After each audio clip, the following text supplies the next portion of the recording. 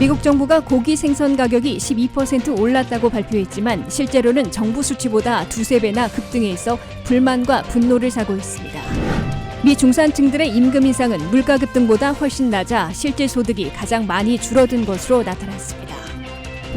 바이든 행정부가 급등한 유가를 잡기 위해 유가 조작, 가격 탄압 등 불법 행위에 대한 조사에 착수했습니다. 연중 최대 할인 행사인 블랙 프라이데이에 사야 할 것과 사지 말아야 할 것들을 알아봤습니다. 12월 영주권 문호에서 취업 이민은 대부분 오픈됐고 가족 이민은 거의 제자리에 있습니다. 시청자 여러분 안녕하십니까? 워싱턴 뉴스 투데이입니다. 미국 정부가 발표한 고기 생선 가격은 12% 올랐으나 시장에선 거의 2배나 되는 소고기 20%, 돼지고기 14%나 급등해 있어 소비자들의 불만과 분노를 불러일으키고 있습니다. 게다가 미국 내 육류 가공식품 판매에서 20%를 차지하고 있는 타이슨 푸드가 현재 4분기에 24%나 인상하겠다고 발표해 할러데이 시즌 장바구니 물가의 폭등을 부채질할 것으로 우려되고 있습니다. 박남주 기자가 보도합니다. 매일 차려야 하는 가족들의 식탁을 위해 장보기가 극히 힘들어졌다는 아우성이 터져나오고 있습니다. $100를 들고 시장에 가더라도 현재는 장바구니에 담을 수 있는 고기와 생선, 달걀과 우유 등 에브리데이 식료품들이 눈에 띄게 줄어들었다고 이구동성으로 토로하고 있습니다. 특히 연방정부가 발표한 30년 만의 물가 급등 수치보다 시장에서의 장바구니 물가는 두세 배 더 폭등해 정부 수치에 대한 불신이 커지고 주부들의 불안과 분노가 높아지고 있습니다. 미국 정부는 10월에 소비자 물가가 6.2% 올라 30년 만에 최고치를 기록했다고 발표하며 고기 생선류는 지난해에 비해 12% 인상됐다고 밝혔습니다. 하지만 시장에서 고기나 생선을 사본 사람들은 그 같은 정부 수치에 실소를 금하지 못하고 있습니다. 시장에서의 실제 고기와 생선 가격은 정부 수치보다 두세 배는 더 많이 널뛰기 하고 있기 때문입니다. 비영리 경제분석기관이 계산한 고기류 가격을 보면 10월 현재 1년 전에 비해 소고기는 20%, 돼지고기는 14%, 닭고기는 7.5% 오른 것으로 나타났습니다. 지난해 초 팬데믹 시작 직전에 비하면 소고기는 26%, 돼지고기는 19%, 닭고기는 15%, 생선류는 11%나 급등해 있습니다. 게다가 미국 내 육가공 제품의 생산과 공급에서 20%나 차지하고 있는 타이슨 푸드사는 현재의 4분기의 자사 제품 가격을 24%나 대폭 인상한다고 발표했습니다. 타이슨 푸드는 더욱이 이번 4분기에는 소고기는 33%, 돼지고기는 38%, 닭고기는 19% 인상키로 발표해 추수감사절과 성탄절 등 헐리데이 시즌에 미국민 가게의 식단에 폭탄을 던지고 있다는 원성을 사고 있습니다. 타이슨 푸드는 인건비와 각종 비용 등의 상승으로 대폭적인 가격 인상이 불가피하다고 주장했으나 주주들에게 보고한 올 연말 매출 예측에서는 지난해 4% 감소해서 올해는 20% 증가로 급반전시킬 것으로 밝혀 실제 비용보다 더 많이 소비자 가격을 인상해 매출과 수익을 크게 늘리려 한다는 지적을 받고 있습니다. 미국의 30년 만의 물가 급등, 특히 정부 수치보다 두세 배 널뛰고 있는 장바구니 물가의 폭등으로 중상층 이하 서민들의 생활고가 가중되고 생계마저 위태로워지고 있습니다. WKTV 뉴스 박남주입니다. 미국의 중산층들은 임금 인상이 물가 급등보다 훨씬 낮아 실질 소득이 가장 많이 줄어든 고통을 겪고 있는 것으로 나타났습니다. 전체적으로도 미국 근로자들의 임금 인상은 5%인데 비해 물가는 6.2% 급등해 실질 임금이 마이너스 1.2%로 줄어든 것으로 계산됐는데 특히 중산층들은 그 격차가 심해 실질 소득이 2% 이상 급감했습니다. 김지수 기자의 보도입니다.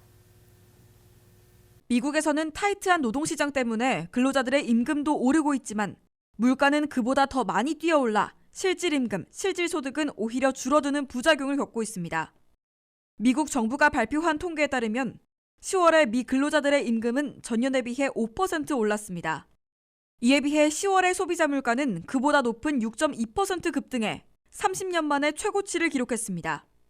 물가 급등에서 임금 인상을 빼면 10월에 미 근로자들의 실질 임금, 실질 소득은 마이너스 1.2%로 오히려 줄어든 셈입니다. 특히 소득별, 업종별로 큰 격차를 보이고 있는데 중산층들이 가장 큰 피해를 보고 있는 것으로 CBS 뉴스가 보도했습니다. 가장 많이 몰려있는 중간소득계층인 50%에서 70%인 중산층은 물가 급등에 비해 임금 인상이 2%는 차이가 나고 있어 실질 임금이 그만큼 감소한 것으로 계산되고 있습니다. 실제로 중산층이 많이 일하고 있는 금융과 투자, 융자와 부동산을 포함하는 재정활동업종의 임금 인상률은 4.2%로 물가 인상률 6.2%에 비해 2%포인트나 격차가 난 것으로 나타났습니다.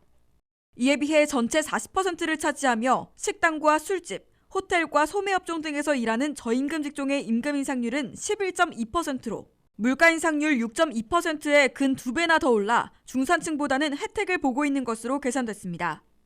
저임금 직종에서는 종업원 구하기가 매우 어려워지며 시급을 올려주고 사이닝 보너스까지 주고 있어 물가 인상률보다 임금 인상률이 2배나 높아진 것으로 해석됩니다. 고임금 직종은 물가 급등과 임금 인상이 거의 같은 수준을 보여 인플레이션 고통을 겪지는 않고 있는 것으로 보입니다. 다만 저임금 직종과 고임금 직종의 시급이 워낙 크게 차이나고 있어 저소득층과 중산층이 체감하는 생활고는 비슷할 것으로 관측됩니다. 현재 레스토랑의 시급은 19달러인데 비해 재정활동업종의 시급은 41달러로 큰 차이를 보이고 있습니다. 그럼에도 미국이 30년 만에 물가 급등을 조속히 잡지 못하면 미국민들에게 인플레이션 고통을 안겨주는 것은 물론 임금 인상도 날려버려 소비를 줄이게 만들고 이는 미국 경제 성장의 발목을 잡는 악순환을 초래할 것으로 우려되고 있습니다. WKTV 뉴스 김지수입니다. 바이든 행정부가 연간 60%나 급등한 유가를 잡기 위해 업계 유가 조작, 가격 담합 등 불법 행위 여부에 대한 조사에 착수했습니다. 바이든 행정부는 정제가 끝나지 않은 미완성 휘발유 가격이 인하됐는데도 주유소 휘발유 가격은 오르는 등 이상 조짐을 보이고 있다며 불법 행위에 대해선 엄단할 것이라고 경고했습니다. 보도에 한면태 기자입니다. 천정부지로 치솟은 유가를 잡기 위해 바이든 행정부가 업계의 불법 행위 여부에 대한 조사에 돌입했습니다. 조 바이든 대통령은 FTC 연방교역위원회에게 석유와 가스 회사들이 불법 행동에 가담하고 있을지 모른다는 증거들이 쌓이고 있다면서 철저히 조사에 조치하라고 지시했습니다. 바이든 대통령은 정제가 아직 끝나지 않은 미완성 휘발유의 가격이 떨어지고 있는데도 주유소의 휘발유 값은 오르고 있는 이상 현상을 보이고 있다며 업계의 불법 행위 여부에 대해 철저히 조사할 것을 주문했습니다. 이에 따라 FTC를 비롯한 연방당국은 석유와 가스 회사들이 인위적으로 유가를 조작하거나 업계가 담합하는 등 불법 행동을 감행해 유가를 지속적으로 급등시키고 있는지 대대적인 조사에 착수했습니다. 연방당국은 이와 함께 대형 회사들이 가족사업으로 운영하고 있는 주유소들을 인수합병해 유가를 조작하고 있는지 여부도 조사하고 있습니다. 바이든 행정부는 텍사스와 루지애나를 중심으로 멕시칸만 지역에서 시추와 정유의 박차를 가해 미국 내 생산과 공급을 대폭 늘리는 것으로 유가 잡기에 돌입한 데 이어 업계의 유가 조작이나 가격 담합 등 불법 행위 조사 카드를 꺼내든 겁니다. 미국에서는 현재 하루 150만 배럴을 늘린 1150만 배럴의 석유를 생산해 공급하고 있습니다. 하지만 바이든 행정부의 유가 잡기 조치에 대해 엑선모빌, 쉐브론, BP, 쉘 등 대형 회사들은 공개 언급을 피하면서도 상당한 불만을 터뜨리고 있는 것으로 월스트리트저널이 보도했습니다. 미국의 석유업계에서는 미국 내 휘발유 값은 대체로 국제유가와 연동돼 움직이고 있고 이번에도 지난 2014년과 같은 상황인데도 업계 유가 조작이나 가격 담합을 의심하고 있다고 불쾌감을 표시하고 있습니다. 7년 전 고유가 시절에 미국의 평균 휘발유 값이 3달러 25센트였을 때 국제유가가 81달러 40센트였는데 지금은 3달러 38센트에 81달러 48센트로 거의 같아 유가 조직이 없다는 근거라고 업계에선 주장하고 있다고 월스트리트저널은 전했습니다.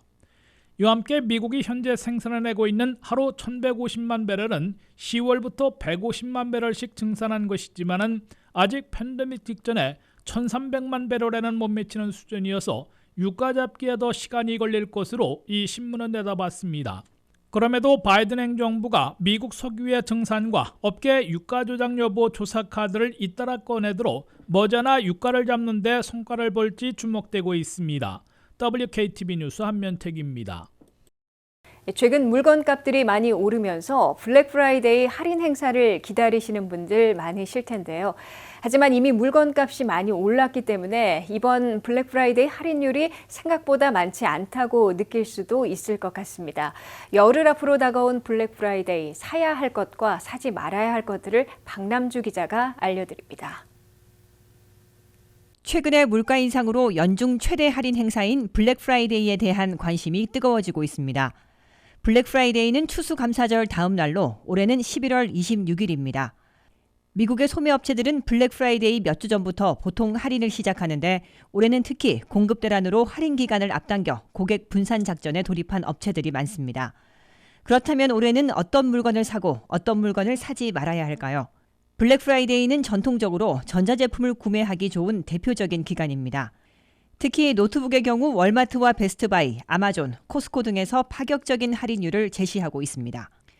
하지만 일부 제품은 온라인에서만 할인이 적용되기도 해 구매 전 온라인과 오프라인을 꼼꼼히 비교해 보시는 게 좋습니다. TV도 블랙 프라이데이 대표 할인 품목입니다. TV의 경우 이미 할인가로 판매하는 소매업체들이 많은데 월마트는 이미 11월 10일부터 HDR 기능이 있는 삼성 60인치 4K 스마트 TV를 $548에 판매하고 있습니다. 하지만 이번 블랙 프라이데이는 물가 인상으로 예전만큼 할인율이 크지 않다 느낄 수도 있습니다.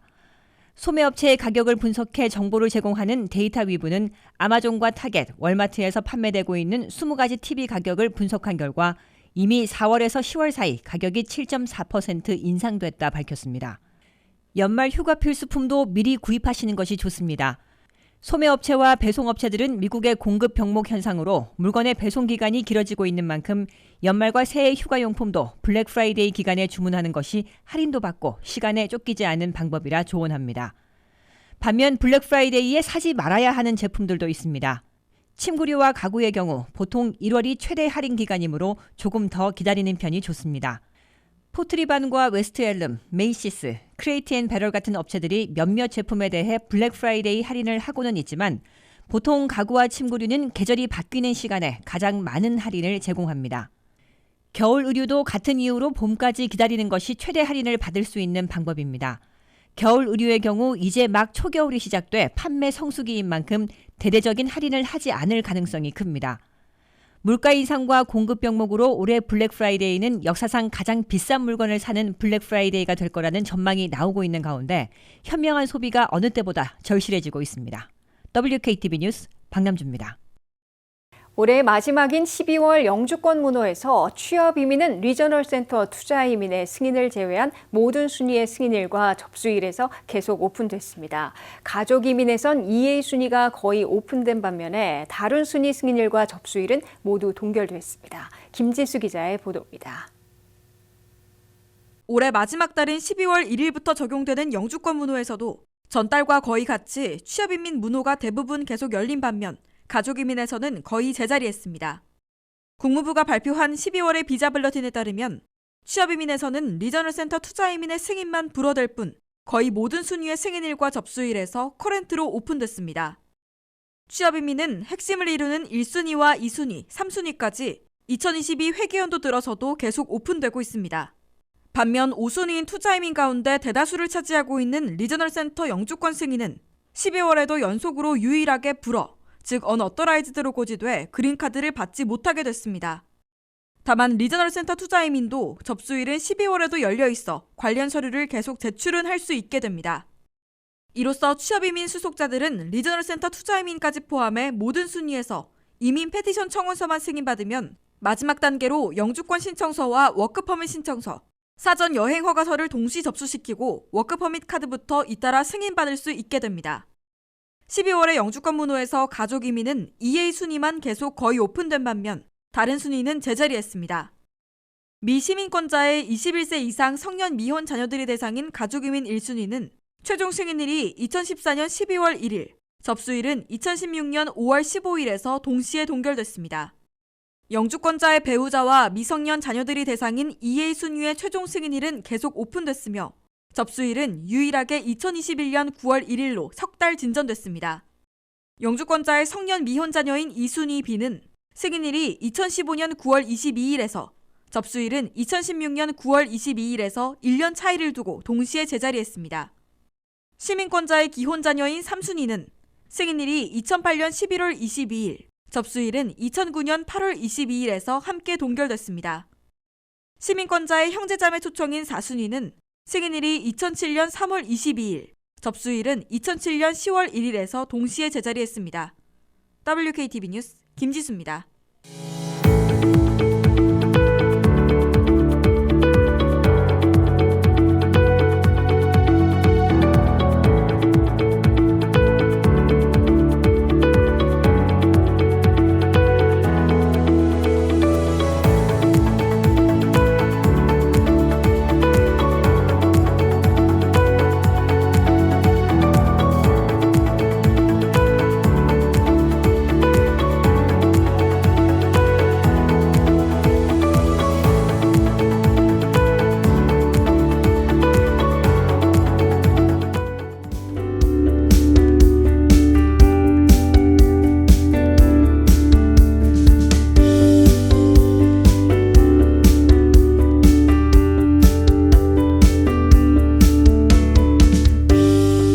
이상으로 워싱턴 뉴스투데이를 마치겠습니다. 시청해주신 여러분 고맙습니다.